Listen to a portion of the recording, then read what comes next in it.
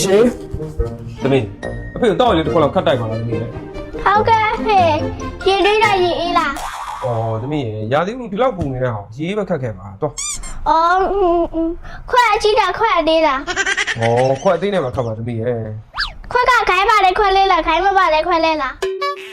ဩဂိုင်းပါလေခွက်နဲ့ခတ်ပေါ့တော့ကြသမီးရေးတွေဖိတ်ကုန်မှာပေါ့ အဲ့ဒါဆိုရင်ပြီးရောရေအပြည့်ခလာပါလားတော့ခလာပါလား အစင်ပြေစလို့လားခတ်လာရဲ့ ရေခပြီးဝဲရောလာမမရပါလား ဩ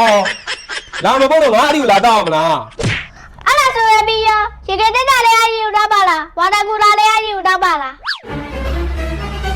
ထားလိုက်တော့ငါလည်းမတော့တော့ဟုတ်ပြီလား